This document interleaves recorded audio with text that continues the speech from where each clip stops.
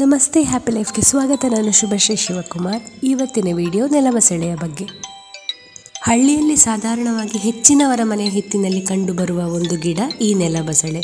ಸೊಪ್ಪು ತರಕಾರಿ ಬೆಳೆಸುವುದು ಕಷ್ಟ ಅಂತ ಹೇಳುವವರಿಗೆ ಈ ಗಿಡ ಒಂದು ವರ ಅಂತ ಹೇಳ್ಬೋದು. ಇದಕ್ಕೆ ಹೆಚ್ಚಿನ ಆರೈಕೆಯೂ ಬೇಡ, ರೋಗವೂ ಇಲ್ಲ. ನೇರ ಬಿಸಿಲನ್ನು ಇದು ಇಷ್ಟಪಡುವುದಿಲ್ಲ. ದಿನದಲ್ಲಿ 1-2 ಗಂಟೆ ಬಿಸಿಲು ಬಿದ್ದರೂ ಸಾಕು. ಸ್ವಲ್ಪ ಗೊಬ್ಬರ ಹಾಕಿದರೆ ಸೊಂಪಾಗಿ ಬೆಳೀತದೆ. ಪೇಟೆಯಲ್ಲಿ ಇದನ್ನು ಚಟ್ಟಿಯಲ್ಲಿ ಕೂಡ ಬೆಳೆಸಬಹುದು.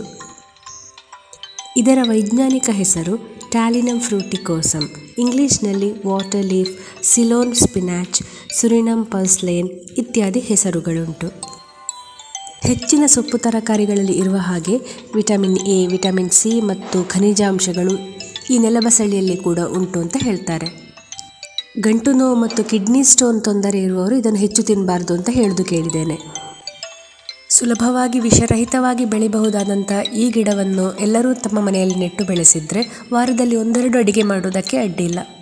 ನಾವು ಮಾಮೂಲಾಗಿ ಮಾಡುವ ಪಲ್ಯ, ಸಾರು, ಸಾಂಬಾರು, ಮಜ್ಜಿಗೆ ಹುಳಿ ಎಲ್ಲವನ್ನು ಈ ಸೊಪ್ಪಿನಲ್ಲಿ ಮಾಡಬಹುದು. ಇಲ್ಲಿ ನೋಡಿ, ನಾನು ತೊಗರಿಬೇಳೆ ಬೇಯಿಸಿಟ್ಟಿದ್ದೇನೆ. ಇದಕ್ಕೆ ಈ ಸೊಪ್ಪನ್ನು ಹೆಚ್ಚಿ ಹಾಕಿ ನಾವು ಸಾರು ಮಾಡ್ಬೋದು. ಸ್ವಲ್ಪ ದಪ್ಪಕ್ಕೆ ಮಾಡಿದರೆ ದಾಲ್ ಆಯಿತು. ನಾವು ಪಾಲಕ್ ಸೊಪ್ಪನ್ನು ಉಪಯೋಗಿಸಿ ಯಾವುದೆಲ್ಲ ಅಡಿಗೆ ಮಾಡ್ತೇವೋ ಅದೆಲ್ಲವನ್ನು ಈ ಸೊಪ್ಪು ಹಾಕಿ ಮಾಡ್ಬೋದು. ಇದಕ್ಕೆ ವಿಶೇಷವಾದ ಪರಿಮಳ ಆಗಲಿ ಲೋಳೆ ಅಂಶ ಆಗಲಿ ಇಲ್ಲದ ಕಾರಣ ನಾವು ಯಾವುದೇ ಅಡಿಗೆಯಲ್ಲಿ ನಮಗೆ ಬೇಕಾದ ಹಾಗೆ ಉಪಯೋಗಿಸಲಿಕ್ಕೆ ಆಗ್ತದೆ. ಸೊಪ್ಪನ್ನು ಬೇಯಿಸಿ ರುಬ್ಬಿ ಚಪಾತಿ ಹಿಟ್ಟು ಮಾಡುವಾಗಲೂ ಹಾಕಿಕೊಳ್ಬೋದು, ಅಥವಾ ಚಕ್ಕುಲಿ, ಕೋಡು ಬಳೆ ಇತ್ಯಾದಿಗೆ ಹಿಟ್ಟು ಮಾಡುವಾಗ ಕೂಡ ಹೀಗೆ ರುಬ್ಬಿದ್ದನ್ನು ಹಾಕ್ಬೋದು. ನೋಡಿ, ಇಲ್ಲಿ ನಾನು ಸುಲಭವಾಗಿ ಟೊಮೆಟೊ ನೀರುಳ್ಳಿ ಜೊತೆ ಈ ಸೊಪ್ಪು ಹಾಕಿ ಒಂದು ಸಾರು ಮಾಡಿದ್ದೇನೆ. ಹೀಗೆ ಪ್ರಕೃತಿಯಲ್ಲಿ ಸುಲಭವಾಗಿ ಸಿಗುವಂತಹ ವಸ್ತುಗಳನ್ನು ನಾವು ಉಪೇಕ್ಷೆ ಮಾಡದಿರೋಣ ಅಂತ ಆಶಿಸ್ತಾ ಇವತ್ತಿನ ವಿಡಿಯೋವನ್ನು ಮುಗಿಸ್ತಾ ಇದ್ದೇನೆ. ಕೊನೆ ತನಕ ನೋಡಿದ್ದಕ್ಕಾಗಿ ಧನ್ಯವಾದಗಳು.